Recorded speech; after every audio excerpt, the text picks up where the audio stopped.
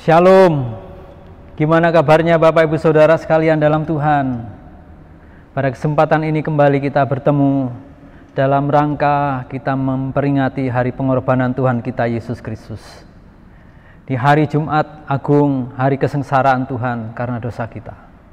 Saudara, dalam tahun ini kita mengangkat satu tema gereja yang berdoa. Oleh sebab itu, mari kita contoh doa Tuhan kita Yesus Kristus.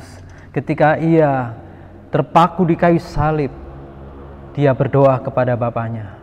Doa yang agung, doa yang luar biasa. Saudara, pada kesempatan ini sebelum kita akan mendengar firman Tuhan, kita akan berdoa. Tuhan, berkatilah pemberitaan firman hari ini. Berkatilah supaya kami dapat mendengar, dapat mengerti dan melakukannya. Terima kasih Roh Kudus, Engkau pimpin hamba-Mu untuk menyampaikan pesan Tuhan bagi kehidupan jemaat Tuhan, bagi orang-orang untuk mengalami kasih dan percaya kepada Yesus. Di dalam nama Tuhan Yesus Kristus kami berdoa. Amin. Saudara yang kasih dalam Tuhan, doa Sang Penebus, inilah tema kita pada saat ini. Doa Sang Penebus, doa Sang Kristus Yesus. Sebagaimana ia sampaikan di dalam Injil Lukas pasal 23 ayat 33 sampai yang 34. Yang demikian saudara, ketika mereka sampai di tempat yang bernama Tengkorak, mereka menyalibkan Yesus di situ dan juga kedua orang penjahat itu, yang seorang di sebelah kanannya dan yang lain di sebelah kirinya. Yesus berkata, "Ya Bapa, ampunilah mereka, sebab mereka tidak tahu apa yang mereka perbuat." Inilah doa Sang Penebus di atas kayu salib. Dia berdoa dengan tangan yang terlentang, dengan tangan yang terpaku, kaki yang terpaku. Dia berdoa, "Ya Bapa, ampunilah mereka, sebab mereka tidak tahu apa yang mereka perbuat." Doa Sang Penebus, saudara. Doa ini membawa satu dampak yang besar bagi kehidupan setiap orang yang mau percaya kepadanya. Kita bersyukur kepada Tuhan Allah karena Yesus Kristus yang adalah Allah itu sendiri datang ke dalam dunia untuk membawa satu misi, yaitu mengampuni dosa umat manusia. Apa yang dia lakukan ketika ia menjadi manusia? Dia mengampuni dosa, bahkan sampai dia di kayu salib. Dia berdoa untuk mengampuni dosa manusia, dosa Bapak Ibu dan dosa saya. Oleh sebab itu, begitu pentingnya kita belajar menghidupi doa Sang Penebus, yaitu doa pengampunan, supaya kita menjadi orang-orang Kristen yang sungguh-sungguh dapat hidup, mengalami kedamaian dengan Allah. Saya dan saudara sebagai orang percaya, orang Kristen, memiliki kekuatan iman karena doa pengampunan, dan saudara dan saya bisa memiliki satu kehidupan masa depan kekal di dalam Dia. 3 hal ini yang akan kita bahas. Nah, oleh sebab itu, renungkanlah bagian-bagian demi bagian firman Allah yang akan kita perhatikan bersama. Saudara sekalian, mengapa Bapak Ibu dan saya diharapkan bisa menghidupi doa pengampunan? Karena yang pertama saudara, setiap murid Yesus harus menghidupi doa pengampunan. Karena doa pengampunan itu membawa perdamaian. Apa yang Yesus doakan di atas kayu salib? Ya Bapa, ampunilah mereka, sebab mereka tidak tahu apa yang mereka perbuat. Sesungguhnya doa ini adalah doa yang membawa perdamaian. Betapa sukacitanya kita hidup di dalam pendamaian. Kristus berdoa untuk sebuah perdamaian antara manusia dengan Allah, manusia dengan manusia, manusia dengan dirinya. Ketika ia menyampaikan, "Ya Bapa, ampunilah mereka, sebab mereka tidak tahu apa yang mereka perbuat." Dia sedang berdoa untuk pendamaian. Sebagaimana Yesus Kristus telah yang dinyatakan dalam firman Tuhan dalam kitab Roma pasal 3 ayat 23, Kristus Yesus telah ditentukan Allah menjadi jalan pendamaian karena iman dalam darahnya. Hal ini dibuatnya untuk menunjukkan keadilannya karena ia telah membiarkan dosa-dosa yang telah terjadi dahulu pada masa kesebarannya. Nah saudara, Kristus Yesus telah ditentukan Allah menjadi jalan pendamaian karena iman dalam darahnya. Itu sebabnya ketika ia naik ada di atas kayu salib, ia mengalami penderitaan, ia berdoa untuk pendamaian. Bagaimana doa pendamaian bisa terjadi? Ketika di dalam diri Yesus Kristus ada pengampunan. Ketika Yesus mengampuni mereka sekalian. Nah saudara, Yesus Tuhan kita sedang menghidupi doanya. Apa yang diajarkan kepada kita? Ampunilah orang yang bersalah kepadamu. Doakanlah musuh-musuhmu. Saudara, Yesus sekarang tidak hanya mengajar tentang berdoa, Bapak Ibu. Yesus tidak hanya mengajar bagaimana berdoa yang tepat, tetapi Yesus sendiri sedang berdoa dan menghidupi doanya. Bagaimana ia menghidupi doanya? Ia berdoa, "Ya Bapa, ampunilah mereka, sebab mereka tidak tahu apa yang mereka perbuat." Ini membuktikan bahwa Yesus sedang berdoa untuk pendamaian, dan ia mempertaruhkan hidupnya, nyawanya, darahnya untuk mendamaikan manusia yang berdosa dengan Allah. Termasuk kita sekalian. Doa Sang Penebus, doa yang membawa pendamaian karena Dia mengampuni dosa. Demikian seharusnya kita juga belajar kepada Yesus Kristus. Ketika di dalam firman Tuhan, di dalam Injil Matius pasal 6 ayat 12, Dia mengatakan, "Dan ampunilah kami akan kesalahan kami, seperti kami juga mengampuni orang yang bersalah kepada kami." Doa ini saudara diajarkan Yesus, bagaimana murid-murid Yesus berdoa. Ampunilah kesalahan kami seperti kami mengampuni orang yang bersalah kepada kami. Yesus mengajarkan doa. Tetapi Yesus sekarang tidak hanya mengajarkan doa, tetapi ia menghidupi doa. Kalau Yesus pernah mengajarkan, ampunilah kesalahan orang lain, ampunilah musuh-musuhmu, dan doakanlah orang menganiaya kamu. Yesus sekarang sedang melakukan doa itu. Yesus sedang membawa pendamaian manusia dengan Allah melalui penderitaan di kayu salib, pengorbanan darahnya. Karena apa? Karena Kristus Yesus telah ditentukan Allah menjadi jalan pendamaian karena iman dalam darahnya. Orang yang percaya kepada Allah di dalam Yesus Kristus, orang yang sungguh beriman kepada Allah dalam Yesus Kristus, akan mengalami pendamaian dengan Allah. Hal ini yang diperlukan oleh semua manusia, hidup dalam pendamaian. Ketika orang berdoa untuk mengampuni, ada rasa sakit, Bapak Ibu. Yesus Kristus ketika ia berdoa, "Ya Bapa, ampunilah mereka, sebab mereka tidak tahu apa yang mereka perbuat." Ada penderitaan, ada salib yang sedang dikenakan kepada hidupnya. Jadi mengampuni itu bukan hanya di bibir, Bapak Ibu, tetapi ada satu tindakan, satu kehidupan yang dimana orang sampai merasa sakit karena dia harus mengampuni, karena dia disakiti dan tidak bisa membalas, tetapi harus mengampuni. Disinilah kita memperingati hari pengorbanan Tuhan kita Yesus Kristus. Apakah Bapak Ibu Saudara sekalian ingin mengalami kehidupan yang penuh damai? Apakah saudara ingin mengalami perdamaian dengan Allah? Dengan sesama saudara? Dengan diri saudara sendiri? Mari kita belajar mengampuni. Mari kita menghidupi hal pengampunan. Dan ini yang patut diberitakan dan dihidupi oleh setiap Kristen. Saya percaya kalau ini ada dalam setiap Kristen, ada dalam rumah tangga Kristen akan menjadi kuat. Orang Kristen akan menjadi orang yang sangat sungguh-sungguh disukai oleh banyak orang. Akan menjadi pribadi yang mirip, yang menyerupai daripada Kristus. Yang kedua, saudara, doa ini akan membawa satu kekuatan di dalam hidup Kristen. Ketika Tuhan Yesus Kristus berdoa di kayu salib, "Ya Bapa, ampunilah mereka, sebab mereka tidak tahu apa yang mereka perbuat."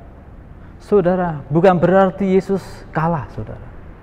Ini doa yang membawa kekuatan bagi Kristus. Yesus Kristus melakukan doa itu. Yesus Kristus menghidupi doanya di atas kayu salib. Yesus Kristus menghidupi pengajarannya kepada murid-muridnya. Yesus Kristus memberikan satu teladan doa, dan itu kekuatan bagi Allah di dalam Yesus Kristus. Doa yang demikian, saudara, menggentarkan musuh, yaitu iblis. Wow, ketika orang disalib, saudara, biasanya mereka menderita dan mereka mengalami satu situasi yang sangat buruk hidupnya, maka yang keluar dari mulutnya adalah cercaan, makian, hujatan, kata-kata kotor. Tetapi Yesus, dia berdoa dengan doa yang sangat agung, doa yang membawa sukacita, bahkan doa yang membawa kekuatan. Ya Bapa, ampunilah mereka, sebab mereka tidak tahu apa yang mereka perbuat. Ini doa yang membawa kekuatan. Nah, sama kepada kita sekalian, saudara.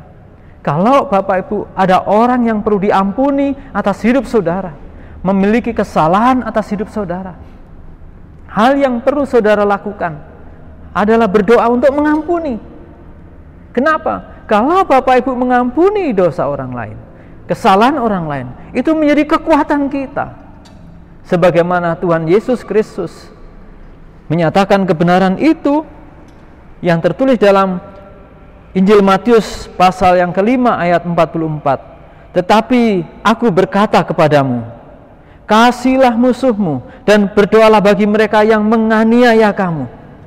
Saudara, Yesus berkata, kasihilah musuhmu dan berdoalah bagi mereka yang menganiaya kamu. Berat Bapak Ibu. Kalau Kristen bisa jalankan ini, Kristen lulus imannya, saudara. Jadi orang yang sungguh-sungguh luar biasa, orang yang kuat di dalam Allah. Kalau Kristen bisa berdoa dan menghidupi doa ini. Yesus Kristus berdoa untuk ini, saudara. Apa yang diajarkan, kasihilah musuhmu dan berdoalah bagi mereka yang menganiaya kamu. Yesus sedang berdoa, Bapa ampunilah mereka, sebab mereka tidak tahu apa yang mereka perbuat. Yesus sedang melakukan itu. Nah, saudara yang dikasihi dalam Tuhan, doa yang demikian agung perlu kita hidupi, perlu kita lakukan, perlu kita kerjakan. Kenapa? Karena doa ini membawa kekuatan. Doa ini membuat kita tidak menjadi lemah. Doa ini membuat kita menjadi kuat di dalam iman. Hubungan kita dengan sesama menjadi baik. Hubungan kita dengan Allah menjadi penuh damai. Karena kita meneladani Tuhan kita Yesus Kristus. Apakah ada orang-orang yang perlu saudara ampuni? Marilah momentum Paskah ini, pengorbanan Paskah ini, menjadi satu dorongan, menjadi satu kekuatan, menjadi suatu motivasi, spirit buat kita untuk bisa mengampuni semua orang yang bersalah kepada kita. Kenapa? Yesus memberi teladan, dan Yesus mengampuni kita yang percaya. Dan saya percaya, kalau saudara orang yang diampuni Allah, akan dimampukan Allah untuk bisa mengampuni orang yang bersalah kepada saudara. Renungkanlah momentum pengorbanan Paskah ini, kesengsaraan Tuhan di hari Jumat Agung ini adalah mendorong kita tidak hanya menerima pengampunan, tetapi bagaimana kita bisa memberi pengampunan. Kita bisa memberi pengampunan kepada orang yang bersalah kepada kita. Kita juga bisa berdoa, Tuhan ampunilah bangsaku, Tuhan ampunilah pemimpin-pemimpinku. Tapi kita juga harus bisa berdoa, Tuhan ampunilah orang yang bersalah kepadaku. Mungkin saudara bisa sebut nama, saudara akan mengampuni, saudara akan menyelesaikan masalah saudara. Wah, betapa indah dan luar biasanya doa Sang Penebus kalau kita mau meneladani. Doa Sang Penebus kalau kita mau mengikutinya. Saya yakin kita menjadi orang-orang yang dilayakkan Allah. Kita menjadi orang-orang yang sungguh diberkati Tuhan. ketika kita ada kekuatan untuk mengampuni. Ya, alasan yang ketiga saudara yang kasih dalam Tuhan, mengapa Bapak Ibu dan saya diharapkan bisa menghidupi doa pengampunan sebagaimana doa yang dilakukan oleh Sang Penebus yaitu Yesus Kristus kepada kita. Alasan yang ketiga, karena doa itu akan membawa kepada kehidupan masa depan yang baik.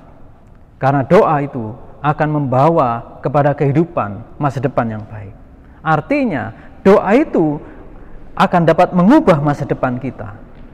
Doa Yesus mengubah masa depan orang yang percaya kepadanya.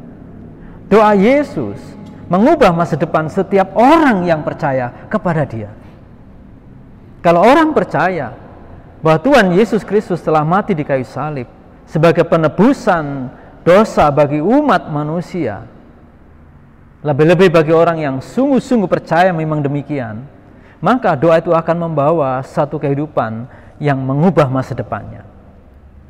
Nah, contoh saudara, di dalam teks yang kita baca tadi, ada dua penjahat yang disalibkan bersama Yesus Kristus. Ada dua penjahat. Awalnya, dua-dua penjahat ini menghujat Yesus, menghina Yesus, memaki Yesus. Tetapi dalam perjalanan, mungkin seorang penjahat ini mendengar doa Yesus, mendengar kata-kata lain disalib bagaimana Yesus di atas salib, dia mengalami satu perubahan karena iman percayanya kepada Yesus. Bahkan ketika ia melihat pemimpin-pemimpin menghujat Yesus, bahkan perwira menghujat Yesus, bahkan orang banyak menghujat Yesus, bahkan temannya menghujat Yesus, tetapi orang ini berkata kepada temannya, menyaksikan, kalau kita memang sepatutnya demikian, tetapi orang ini tidak layak. Lalu dia berkata kepada Yesus dalam satu bagian firman Tuhan, Yesus, ingatlah akan aku apabila engkau datang sebagai raja. Bagaimana jawab Yesus saudara? Ketika ia berkata kepada Yesus di dalam Lukas 23 ayat 42 ini, Yesus, ingatlah akan aku apabila engkau datang sebagai raja. Bagaimana Yesus menanggapi itu? Yesus berkata kepadanya, aku berkata kepadamu, sesungguhnya hari ini juga engkau akan ada bersama-sama dengan aku di dalam Firdaus. Saudara yang dikasih dalam Tuhan, doa Sang Penebus, doa pengampunan itu, ketika ada orang percaya, orang itu akan mengalami perubahan atas masa depan. Contoh seorang yang mati bersama Yesus, disalib bersama Yesus, seorang penjahat yang luar biasa ini. Ketika ia percaya kepada Yesus, Tuhan mengampuni. Dan dia diubah masa depannya. Harusnya dia mati, dilemparkan ke neraka. Tetapi karena iman percayanya kepada Yesus, ia diajak Yesus untuk bersama-sama ia ke Firdaus. Bukankah ini masa depan kekal yang luar biasa? Doa Yesus bukan main-main Bapak Ibu. Saat itu dibuktikan kepada orang yang mau bertobat dan percaya kepada Yesus. Orang itu diajak Tuhan untuk memiliki masa depan yang kekal di dalamnya. Dia akan bersama Yesus ke dalam Firdaus, tempat tentunya yang membahagiakan, masa depan bagi semua orang. Demikian kepada kita saudara yang kasih dalam Tuhan, Allah menyediakan pengampunan bagi semua orang. Doa Yesus di kayu salib itu sungguh-sungguh membawa kuasa, membawa satu dampak masa depan yang baik bagi orang yang percaya, bagi saudara dan saya. Saya yakin dan percaya suatu saat dipanggil Tuhan, saya akan bersama dengan Tuhan selamanya. Bukan karena saya pendeta, bukan karena saya melayani Tuhan, tetapi karena saya percaya Tuhan mengampuni diri saya di atas kayu salib dengan pengorbanan yang luar biasa itu. Sampai-sampai Tuhan mengatakan dalam Yesaya 53 ayat 11, sesudah kesusahan jiwanya, ia akan melihat terang dan menjadi puas, dan hambaku itu sebagai orang yang benar, akan membenarkan banyak orang oleh hikmat-Nya dan kejahatan mereka Dia pikul. Yesus memikul dosa penjahat, bahkan dosa semua manusia di dunia. Tetapi hal ini akan terjadi bagi orang yang percaya kepadanya. Jadi doa Yesus, doa Sang Penebus, ketika kita sebagai anak-anak Allah melakukan doa pengampunan, itu membawa satu kehidupan masa depan yang baik. Doa Yesus ini membawa masa depan kepada kita yang percaya. Mari kita merenungkan, apakah Bapak Ibu ingin memiliki masa depan yang indah bersama dengan Tuhan dalam kekekalan? Tentunya semua orang ingin mengalami itu. Mari kita renungkan bersama-sama, apakah kita sudah sungguh-sungguh yakin dan percaya menerima Yesus untuk memiliki masa depan dalam kekekalan, masa depan yang bersama dengan Tuhan untuk selamanya. Saudara, pada akhirnya, kalau Tuhan tidak menyediakan pengampunan dosa bagi manusia tidak memiliki perdamaian dengan dirinya, dengan Allah, dengan sesama. Kalau Tuhan tidak menyediakan pengampunan dosa, manusia tidak memiliki kekuatan untuk bisa datang kepada Tuhan. Kalau Tuhan tidak menyediakan pengampunan bagi manusia tidak punya masa depan kekal bersama dengan Allah. Oleh sebab itu, pada kesempatan ini kita sudah mendengarkan doa Sang Penebus, dan kita sebagai anak-anaknya, orang-orang Kristen, murid-murid Yesus, mari kita belajar menghidupi doa pengampunan. Kita diajak untuk bisa belajar berdoa mengampuni. Kenapa? Karena doa pengampunan itu sangat besar kuasanya. Doa pengampunan itu membawa dampak yang luar biasa. Saya percaya kalau itu terjadi dalam kehidupan kita akan memiliki kedamaian. Virus apapun, sakit, penyakit, kekurangan, kesulitan apapun tidak akan merampas kedamaian kita dengan Allah, dengan sesama dan diri kita sendiri. Dan kita akan menjadi orang yang kuat dan kokoh karena kita bisa mengampuni.